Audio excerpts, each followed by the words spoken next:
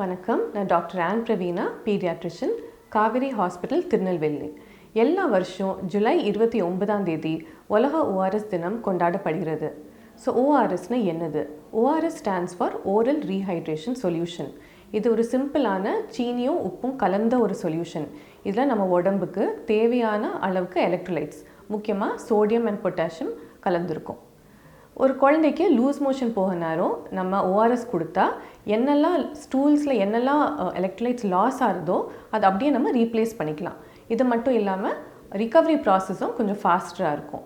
So நம்ம ORSஐ எப்படி கொடுக்கலாம்? ஸோ ORS 2 சைஸ் பேக்கெட்ஸில் அவைலபிளாக இருக்குது. 200 மில்லி தண்ணியில் கலந்து கொடுக்குற சொல்யூஷனோ இல்லை 1 லிட்டர் தண்ணி கலந்து கொடுக்குற சொல்யூஷனுமே அவைலபிளாக இருக்குது. ஸோ கட்டாயமாக நம்ம அதை செக் பண்ணிவிட்டு கொடுத்தா தான் நம்ம கரெக்டான அளவுக்கு எலக்ட்ரோலைட்ஸை நம்ம ப்ரொவைட் பண்ண முடியும்.